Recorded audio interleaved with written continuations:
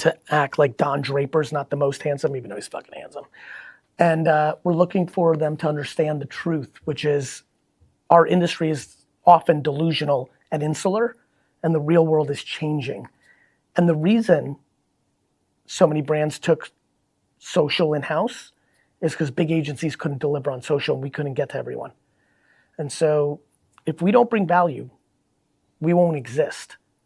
And so we're looking for clients that are ready to live in the year that we actually live in.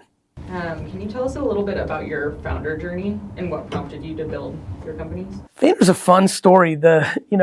I was thinking about a lot of different things. I had built a large business for my father as my first chapter.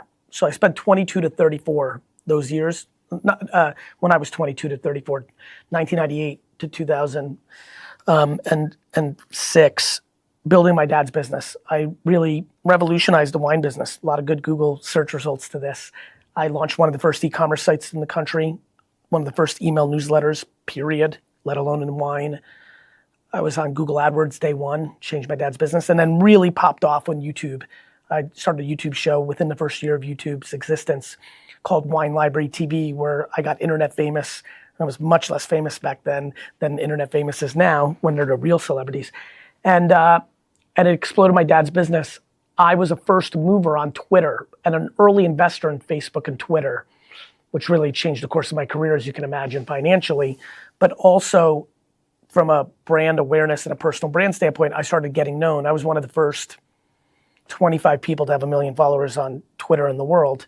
That led to brands in 2005 and 6 and 7 and 8 reaching out to me, 7 and 8, to reach out to me cold on email or Twitter, like literally to my wine library email. Hey Gary, the wine guy, we're Pepsi, we're Reebok, we're Nike. We'd like to learn why do you have 1 million followers on, it was literally like, why do you have 1 million followers on Twitter and we have 54 and we're Nike and you're some random kid in New York, in New Jersey doing wine.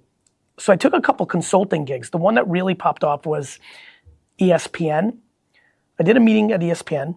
They paid me $5,000 for an hour, which blew my head off. I thought it was the most money of all time. I got out of it, I enjoyed it.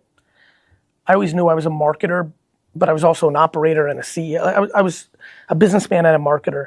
And I just realized that there was an opportunity that nobody knew what was about to happen with social, from what I could tell in advertising, and I thought I did.